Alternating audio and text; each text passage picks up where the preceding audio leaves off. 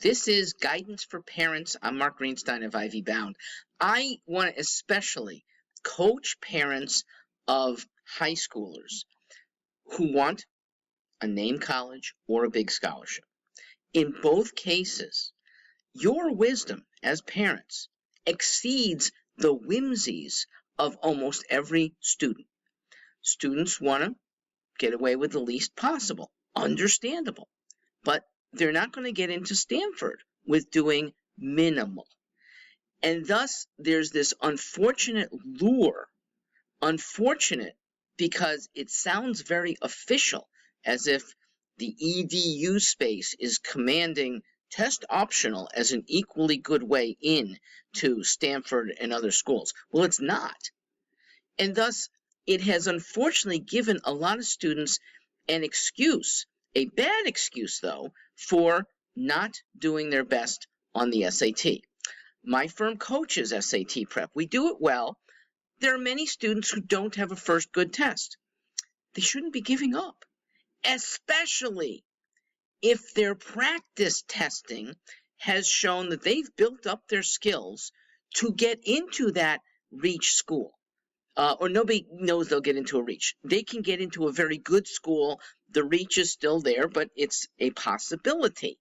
Well, if you don't take the SAT a second or third time to show what you can do, there's no way that that possibility is going to come through, except if you're a highly recruited athlete or in some sort of niche that nobody can expect to be in. So please don't use the term test optional as an excuse, especially if multiple practice tests have shown that you could get a 1450 and the real test still has kept you in the 1300s.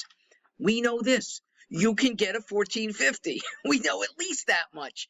And that on a good test day, it might be higher still.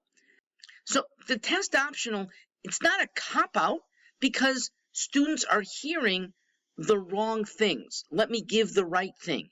There are very few students accepted to competitive colleges who don't submit SAT scores because the colleges are animated by the SAT, except for those that are truly test blind.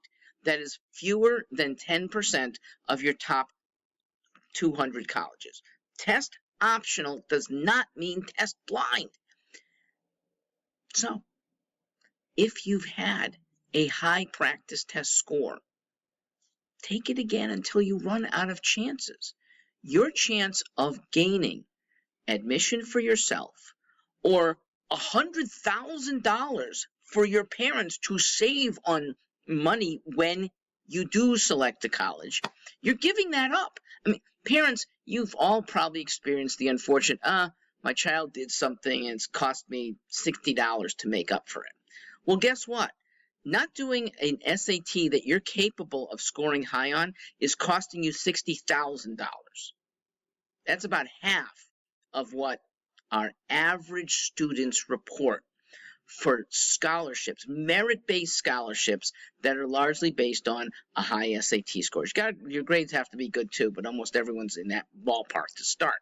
So the SAT makes monumental financial difference. And the getting in the first place is for some kids priceless.